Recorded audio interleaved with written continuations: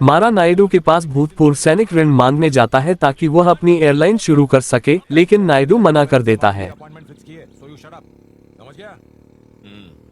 क्या चुप रहेगा ना? चुप रहूंगा मेरे भाई। हाँ, गुड बाय गुड बाय। चल चल चल चल चल। नेडुमारन, मैं तुम्हें एक बात साफ साफ कह देता हूं। हालांकि मैं ये कागजात साइन कर सकता हूं, पर मैं ऐसा करूंगा नहीं। तुम चाहते हो मेरा बेस्ट पायलट चेतन आपकी तो माँ होगी ना सर, वो भी चक्री खाती होगी। मारा परेश के समान ही उड़ान लेती है क्योंकि उसके पास कोई अन्य विकल्प नहीं है। हम लोग उनका भाषण सुनकर सिर्फ तालियां बजाते हैं। अरे आप कहाँ जा रहे हैं? ये तो बिजनेस क्लास वालों के लिए कॉल था। आप प्लीज बैठिए ना। बताइए तो, अगर शर्त हार गए तो क्या देंगे मुझे? शर्त जीत कर क्या करूंगा, लैंड होकर बताता हूँ। बिजनेस वह सुझाव देता है कि वे एक सस्ती एयरलाइन शुरू करने के लिए सहयोग करें। दूसरी ओर परेश मारा को अपमानित करता है क्योंकि उसे लगता है कि गरीबों को अमीरों के साथ यात्रा नहीं करनी चाहिए। मारा और परेश की बातचीत एक वेंचर कैपिटल फर्म के सीईओ प्रकाश बाबू सुनते हैं, जो उन्हें फर्म के बोर्ड को अपनी व्यावसायिक योजना समझाने के लिए कहते हैं। की वजह से हम चेन्नई वापस जा रहे हैं। आपको हो रहे असुविधा के लिए हमें अत्यंत खेद है। मिस्टर नेडुमारन, मैं भी आपके साथ फ्लाइट पर था। इस बीच मारा और बोमी एक दूसरे से अक्सर मिलने लगते हैं और आखिरकार शादी कर लेते हैं। वह प्लेनेम से बोइंग विमान पट्टे पर लेने की योजना बना रहा है, जिसने प्रतिस्पर्धी दरों पर उन्हें पट्टे पर देने के लिए समझौता किया है। तुम्हारी शादी हो गई? 2 बच्चे हैं। तुमने की? हाँ? अरे इसके लिए लड़की ढूंढ ही रहे हैं।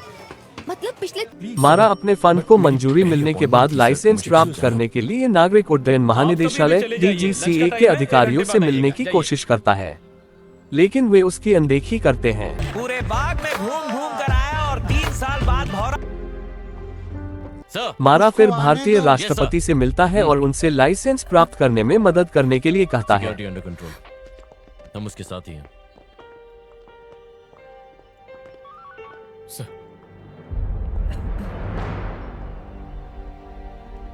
नमस्ते सर। नमस्ते नमस्ते। मैं मधुर।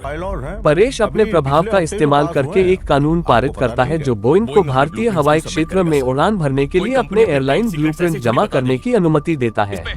प्लेनेम लीज वापस ले लेता है और जुर्माना मांगता है। मारा प्रकाश से जुर्माना भरने के लिए कुछ पैसे उधार मांगता है, लेकिन वह मना कर देता है। प्रकाश बताता है कि उसने मारा को नीचे लाने के लिए परेश के साथ काम किया था और उसकी जगह जेज एयरलाइंस ने विमान ले लिया है। मारा क्रोधित होकर परेश के कार्यालय में घुस जाता है, लेकिन गार्ड उसका पीछा करते हैं।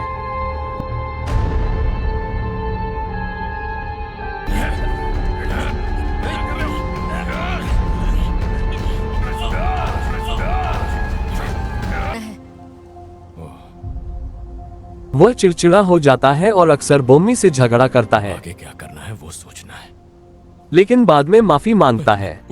बस चलता तो 1 हफ्ता और कम फ्यूल इस्तेमाल करेगा। से पता चलता है कि वह छोटे विमान उड़ा सकता है और एक टर्बोप्रॉप निर्माता के साथ सौदा करता है। आपके प्लेन्स पैसेंजर प्लेन्स में कन्वर्ट करेंगे। Joint venture. दामाद जी, ये टर्बल्स क्या होता है? टर्बोप्रॉप्स अंकल, टर्बोप्रॉप्स बड़े प्लेन का छोटा भाई। ये प्लेन का मारुति 800 है।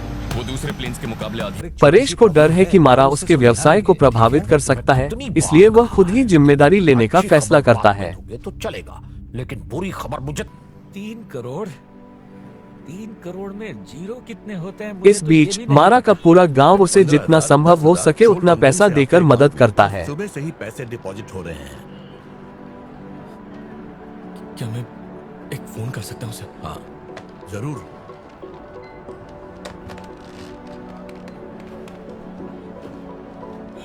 शोलवंदन पोस्ट।